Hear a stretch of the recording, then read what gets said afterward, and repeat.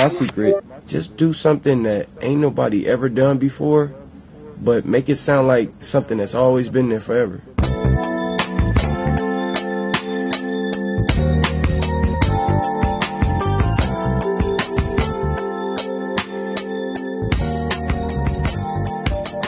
Hello, welcome to This Filipino American Life, a podcast that explores the nuanced experiences of Filipinos in the United States at iba pa.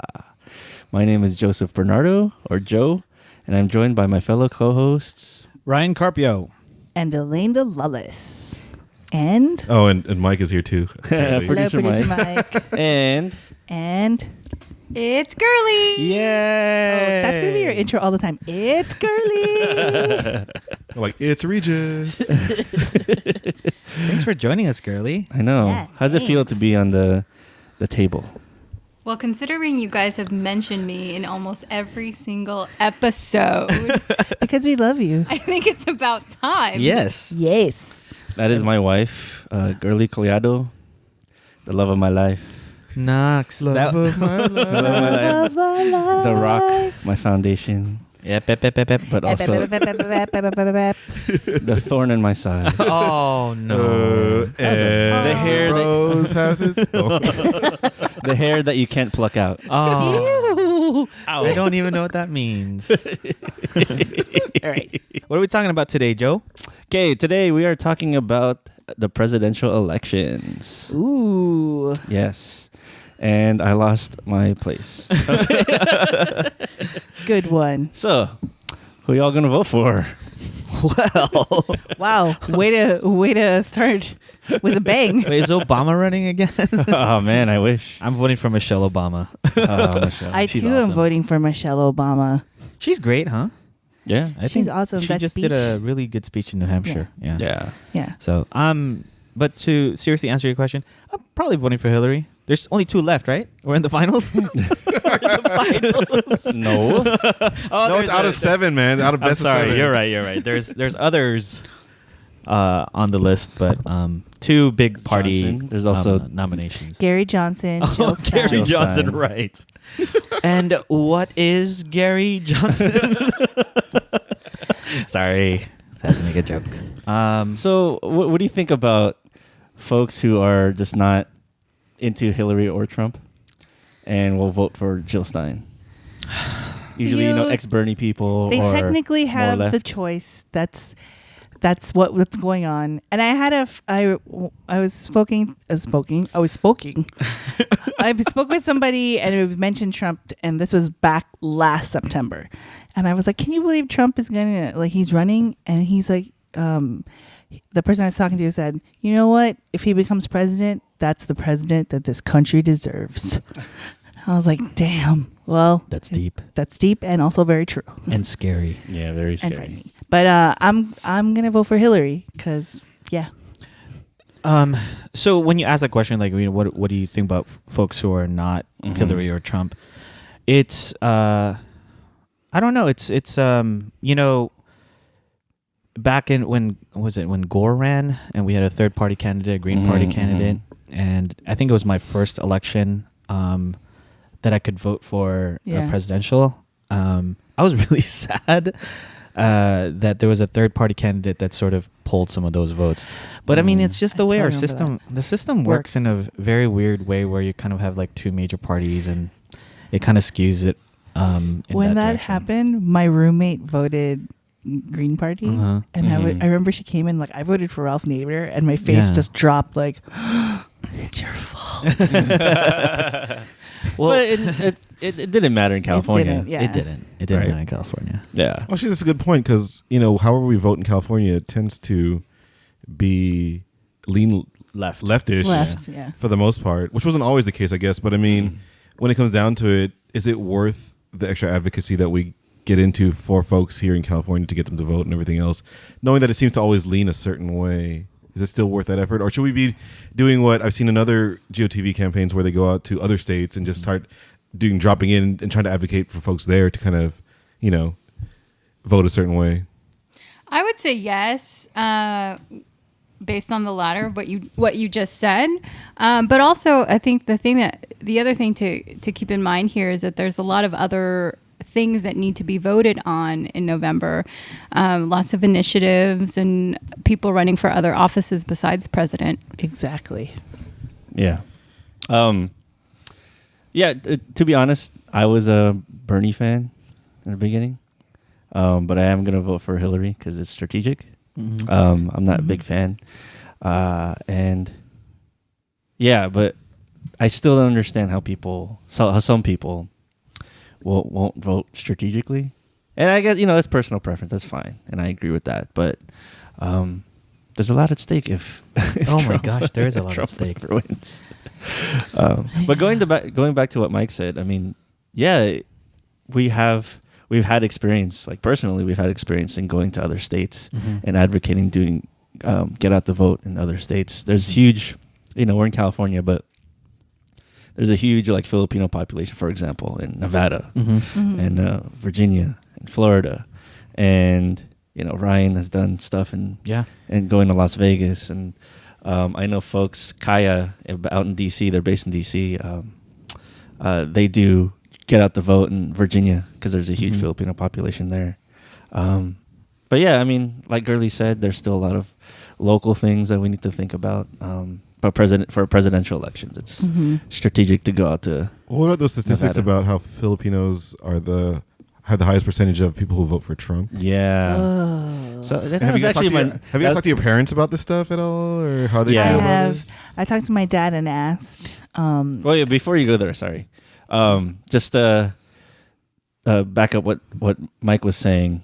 An Advancing Justice for Asian Americans poll came out, Yes. and they actually found that 27% of Filipino Americans that they surveyed are going to vote for Trump, and that's the highest amongst all Asian American groups. And there are a lot of conservative Filipinos out there. Some of our parents maybe. Yeah. Perhaps. Yeah. But have you talked to your parents about? Yes. So Election? I have, and I talked to my dad, and voting is very important to me because my dad taught me about that. Because when they left the Philippines, when he would vote for president, it was always like a big deal because he didn't have that option in the Philippines during martial law. So I remember he like took me into the voting booth, and I got to see him like do the little stamp, like the little ink thingy. So I was like, this is a big deal and it's important. And I was like, so Dad, who are you gonna vote for? And my dad's like, I'm not gonna vote. I'm like, what? Like, you're the one who taught me that voting is important. He's like, I'm not gonna vote. Donald Trump is an idiot, and I hate Hillary, so I'm not gonna vote. I was like, you're not gonna vote, period? Like, I feel like he's gonna just abstain from the presidential stuff, and he'll still do the propositions. He's also like a permanent vote by mail, so so he gets to do everything at home. But it's just like, That's the way to go. I know. Just in general. I've already had a friend who's already voted. Yeah. He sent in his ballot already. Yeah. I like going and I like going. fun. Yeah. It's an event. I want to get my sticker. Joe gave me a face. I like going to the places. It's kind of nice. Also, the voting in where I vote, the volunteers are all Filipino. I guess they're not Same. volunteers; they might be paid.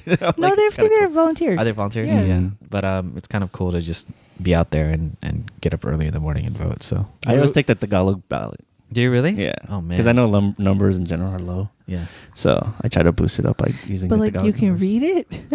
Yeah. Oh. That's cool. Like, can I have the English translation? I might do that then. I'll like mark my English ballot. No, you might vote for Trump accidentally or something. Maybe not. Yeah, Okay. it's Tagalog for Hillary, like Trump. That's how they get you.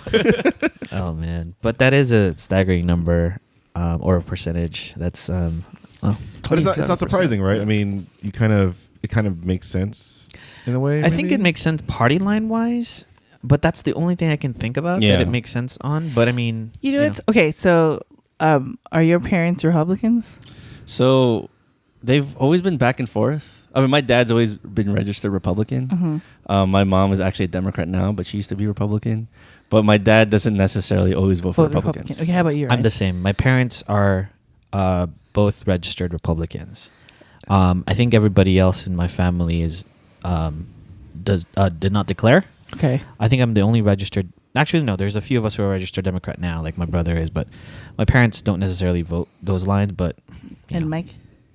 Well, they're both card-carrying, Republicans. like literally card-carrying Republicans because my dad was in the Navy for 29 years. Mm-hmm. My mom works for the federal government, and both of them were really angry when they thought Bill was going to close the military bases in our community. And there were a lot of military bases being closed around that time. And so it's one of those, like, I wouldn't be surprised if there's any Democrats left in Ventura County because of that. Yeah. And any community that has a military base that really is heavily dependent on that. So Well, it's, How about you, girly? Yeah. I tend not to get into in-depth conversations with my parents about politics because I always get really angry. Yeah. However, it seems my mom is more attuned to all the elections and politics than my dad. But I think generally my dad has been pro-Republican since the 80s. And your mom is saying My mom seems less conservative than my Party-wise, dad. okay. Yeah. So most of it is like the assumption is Filipinos are conservative because typically they're Catholic, so they have conservative values. So they lean Republican because they're the family values party. Mm-hmm. My parents, both of them, when my mom could vote, were card-carrying Democrats because Kennedy was Catholic.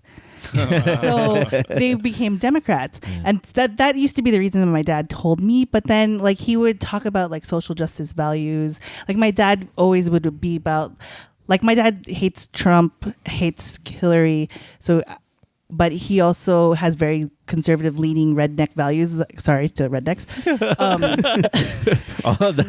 The large redneck Oh, population. they're gonna stop listening to us. Sorry. But then in the same token, my dad is very like, he has a F the police type of mentality because he's been profiled before in the past.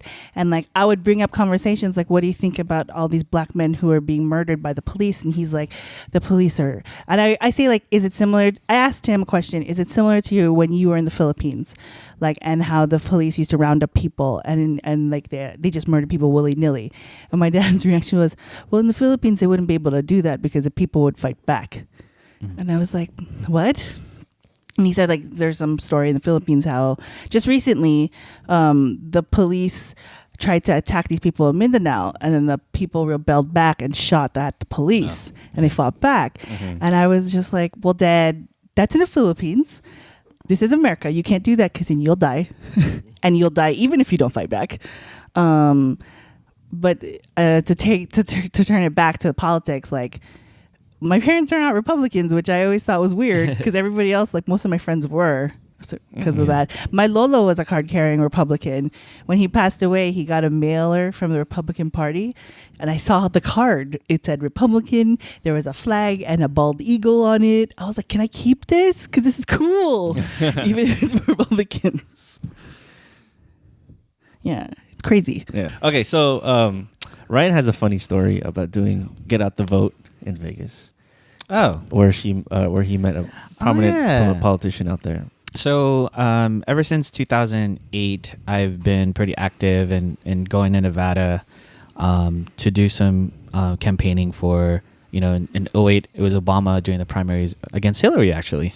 Drive there or get a bus out there for people to knock on doors or make some phone calls. And gamble? Yeah, sure. Why not? You are in Vegas after all. But most recently, we did I went with a couple of friends to Nevada to campaign for Hillary against Bernie Sanders in the primary. Sorry, Joe. And it was actually really, really fun. I love doing that stuff. I think it's important. I know it's tiring, but to get people out to not just vote, but to let them know how important the elections are, whether it be local or federal. So on the last day we were there, there's a couple of other friends who were campaigning in their own precincts, called me up and said, we're going to have lunch at Lee's Sandwiches in Las Vegas. Vietnamese coffee. And I'm like, okay, let me take a couple of my friends. What's so special about this lunch? Oh, there's a chance that Hillary might pass by. So I actually went for the sandwiches. I'm like, whatever. And we were there for, I guess, an hour and a half or so before Hillary actually showed up. And it was It was really interesting because it was an API event. So there was an initial kind of mobbing of Hillary. Like we were all really, really happy. And then afterwards, like super respectful. And we actually gave her like this bubble of space with her and a local state assembly person. But I just kind of imagine how different it would be, but there was mostly Philams there. Some folks from the Vietnamese community, and I think Chinese Americans were there as well. Nice. But it was interesting. It was a surprise. What was she eating? You know what? They gave her. I know they gave her boba. I think they gave her a few of. I think she ate a sandwich, like a banh mi.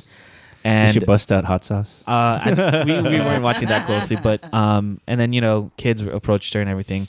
Bunch of photos. I took some selfies.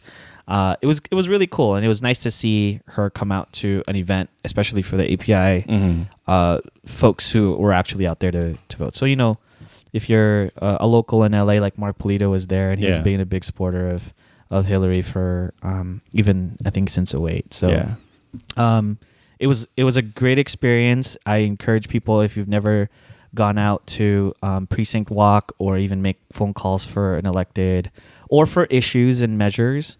If you've never done it, I think you should do it. If you've done it before and you're tired of it, you just remember, it happens every couple of years. Just phone banking. Yeah. So I've always wondered what's the real effectiveness of like phone banking and door knocking. Has anyone actually done tests? Because I did it for Judy Chu's campaign a couple of years ago. And it was like, okay, I'm calling all these people, half of which don't want to answer, and the other half are kind of like, okay, I guess I'm already going to vote for Judy. And then door knocking, I think maybe 1% of the folks that we knocked on the doors of were glad to see us and brought us into their homes. Yeah. In fact, it was Filipino families that I would run into because I was hitting up Baldwin Park at the time. So I think it's free advertising, right? It's really what it is. It's not free. It's not free. But what I mean by that is like it's kind of like the personal touch, a commercial, right? A personal touch. So the way some of them work is you're either calling some completely random list of people, or you're calling people that are high propensity voters, and you're reminding them that this is happening. Yes. I think it's very rare that you're actually calling people who who are just completely out in the cold, who are not going to vote or anything like Correct. that. So there's strategy to it. There's also a I think there's probably a percentage of people who actually pay attention to those calls. Yeah. I got to be honest with you. I get calls all the time, and I just probably straight to voicemail. I never either straight to voicemail. There have been some moments where I'm like, "Hey, thank you for doing this. I appreciate it. Don't call me back because I'm actually doing this too." Yeah. Click. And you also, I'm gonna call you right now. I'm gonna call you right now and ask you to remind you to vote. No, but another thing is you find out who the person's gonna vote for, and if they're for your campaign or your candidate, and they possibly don't have a ride to the voting booth or something, then you could coordinate a ride for That's that cool. person. And if it's for the other candidate, you tell them to vote November 28th. Yeah. And working on those campaigns, you get really interesting experiences. Yeah. One time, you find out like the accuracy of their actual registration address. Mm-hmm. So one time I called. It was I got like a Filipino list, right? So I was speaking Tagalog. And I go, pwede makausap si Marciano Painor. Or actually, no, I shouldn't use that. Pwede makausap si Dominador Cabatu, right? And then the old lady who answered, she said, Dominador, he's already dead.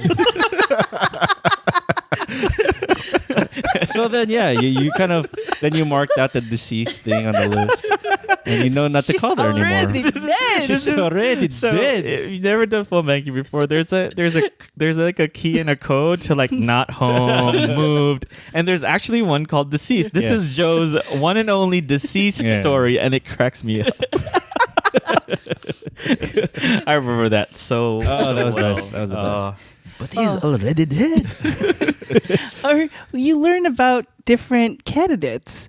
Like, I was volunteering for the Judy Chu campaign, and I was alphabetizing materials for door knockers, and I'm sitting on the floor, and a woman comes behind me and pretty much like rubs my arms and like gives me a bear hug, and I'm like, who is this stranger touching me? And I turn around, and it's Congresswoman Loretta Sanchez. Oh, nice. And I'm just like, huh? Why are you touching me? That's the pre-dab days, This is right? pre-dab Well, Loretta. But I think Whatever she's- dance was popular in the day, I'm sure she she would did. have done it. And She was quote unquote dabbing in whatever. and the best part was I somehow got on her mailing list, and I was started to receive her Christmas postcards. There's the famous one of Oh, the her, one with the cats. the cat Yeah. on her motorcycle in her Yeah. tank top. But Ryan, I don't live in Orange County, and I'm not in her voting district, so I don't know why I got the postcard. Things happen, Elaine. You got lucky. I got support. lucky. It's not just voting support. It's, Yeah. Yeah. And I took a picture with her at the Advancing Justice Oh, dinner. man. Oh, I saw that. Because Mike was like, you need to take a picture with her. I'm like, thanks. You should Photoshop a cat into that picture. Oh. I don't That know. cat died. Oh, what? Because there's a follow-up postcard. No, I didn't even. I did not postcard. follow this that closely. Oh, yeah. So. She sent another postcard, and then it was like a RIP to her cat. Oh, sorry. Oh, wow. Man. Okay. But I can Photoshop a cat in that picture. No, I think that, I will totally. I think that moment is past. I'll MS Paint one into it. It'll be great.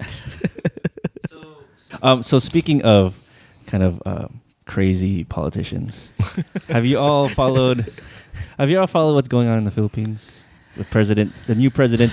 No, tell us all Rodrigo about it. Duterte? I have no idea. Really, you have no idea? Well, we've talked about it on the podcast. Yeah. a I couple of sighed. times. I sighed heavily right now. I try to pay attention to it. It's so hard.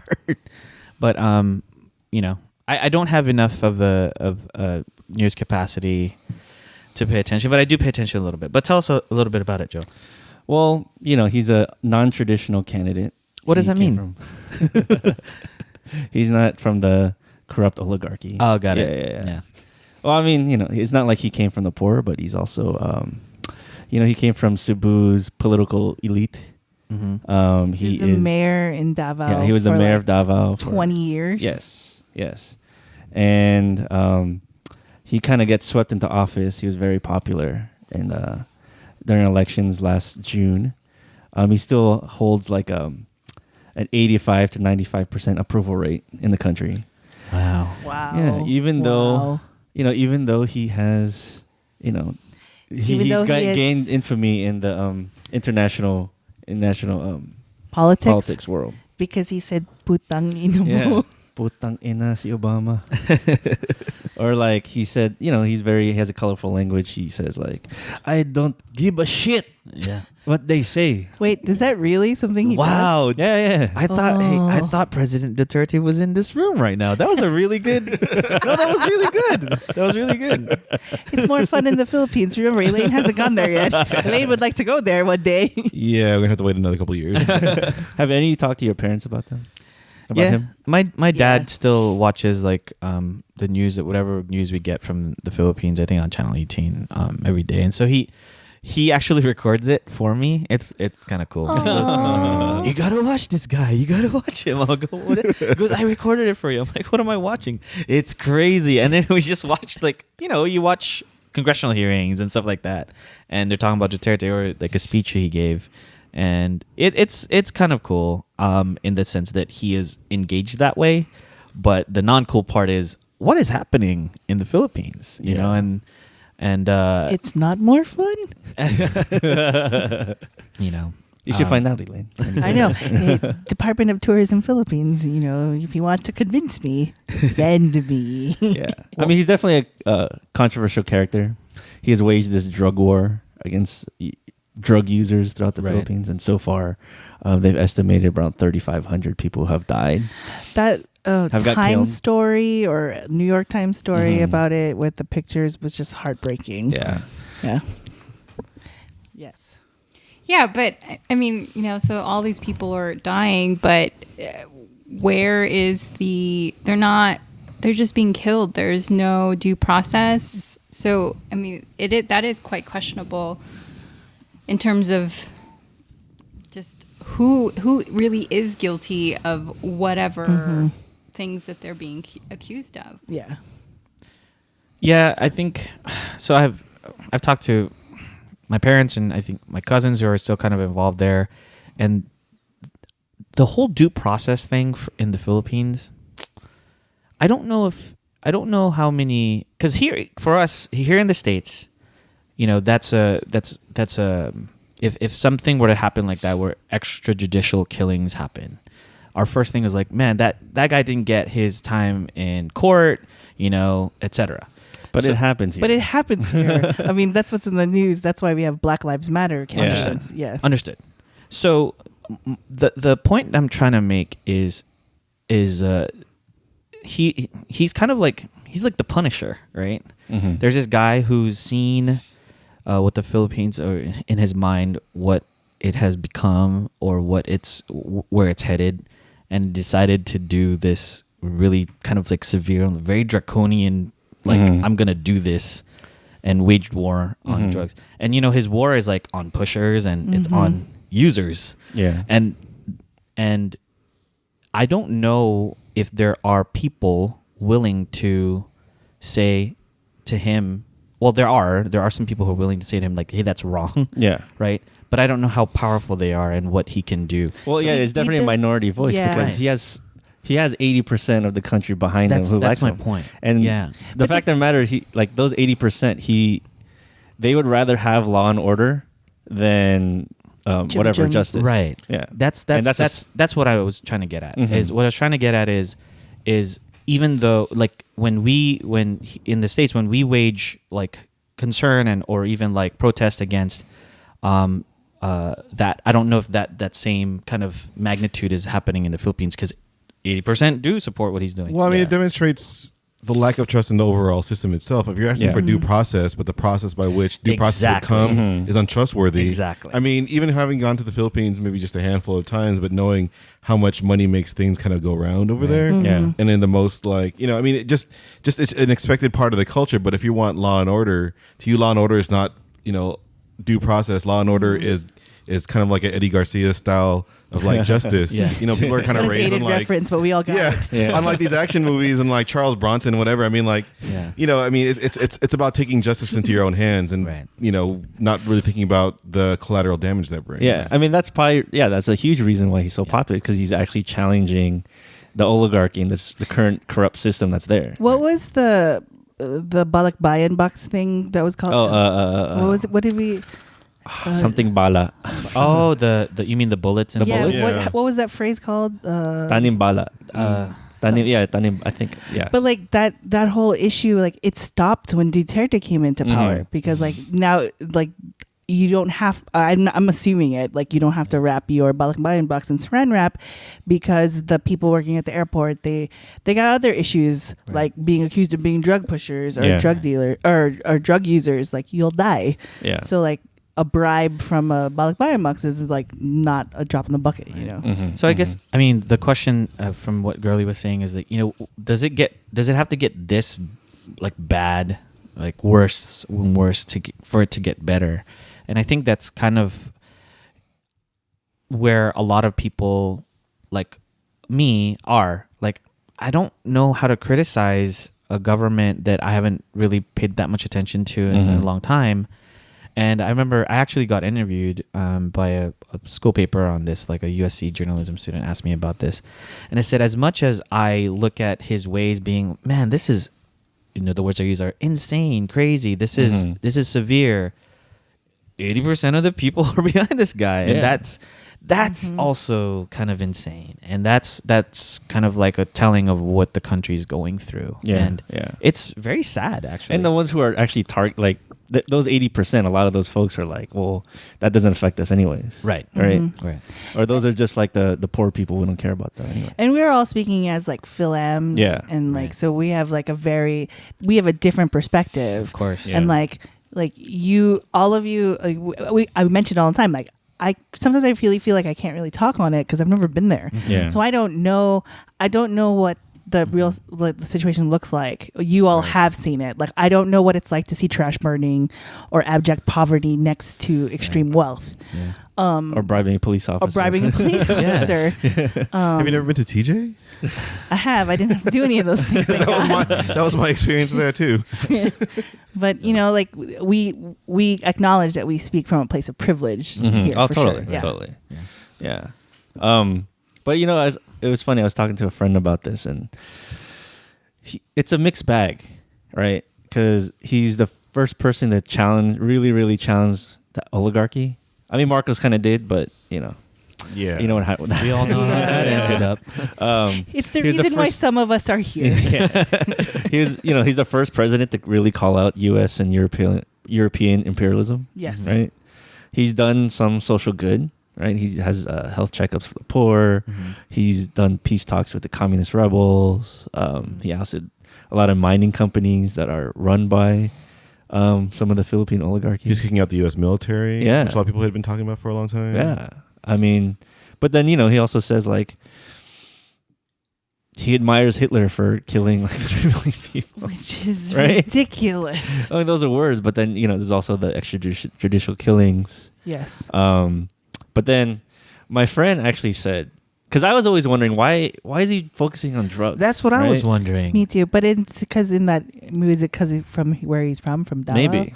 I mean, I'm not.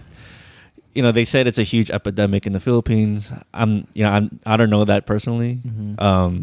But then my friend Roland, shout out to Roland Navarro. Hi, Roland.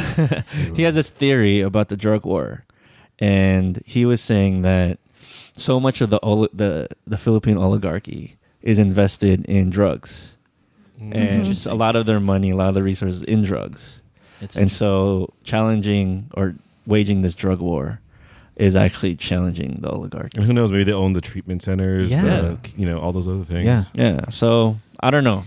That's just a theory. I mean, that's a good theory. My issue with him attacking drug pushers and drug users, punishing drug users, is that totally. You maybe it's because I've watched and listened to a lot of Loveline, and I buy into Dr. Drew's the way he views addiction is that it's a disease and it needs to be treated, and it's not something that gets like turned over overnight. And so when you punish, this is like in the Philippines and here in America, like if you punish somebody who's addicted to drugs, that doesn't solve the issue. Like putting somebody who's addicted to drugs in jail doesn't solve the issue of the root of that problem for the person. So the whole law and order aspect on attached to drug users and drug dealers, I feel like the social justice person in me, the social justice warrior, I guess is what the term is, in me is like, I don't agree with it. Yeah. There has to be a different way to approach the problem, in my opinion. Yeah. I mean, poverty, obviously. Yeah. Right. But yeah, that's Duterte. I know. Oy. Joe and I have been talking about this for the past couple of weeks, and he's just the person that you can't be black or white about. I mean, again, you guys have talked about how he has so much support despite a lot of the questionable things that he's said and done. And I think that he will continue to be that way for the span of his reign. His 6 years. Yeah. His 6 years. So yeah, that's Duterte. Wow, that's a very enlightening politics talk. That was Dirty Duterte. He doesn't give a shit. All right. Oh my God. Well, thanks all for indulging me in this kind of bonus episode. Awesome. On the U.S. election coming up in November, and Duterte. Vote your conscience. Yeah. And if you really want to ask us, we're going to say vote for the woman. Yeah. And if you're voting for Trump, fuck you. Oh. Seriously. No, I mean, Putang How would Duterte you say guys that? didn't see Joe's face, but he went from smile to fuck you. How would Duterte say that? Say that? If you're voting for Trump, putang ina mo. And that's how we'll end this. That's how I end it. This Filipino American Life. Subscribe to us on iTunes, rate and review so everybody can find us. Like us on Facebook. Follow us on Twitter at TFAL Podcast. And don't vote for Trump. Yeah, just vote, please. Just vote. Prop 64 in California. Vote yes. Which one's that? That's the weed one. Oh, yeah.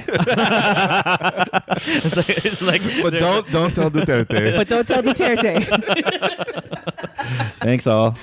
Bye.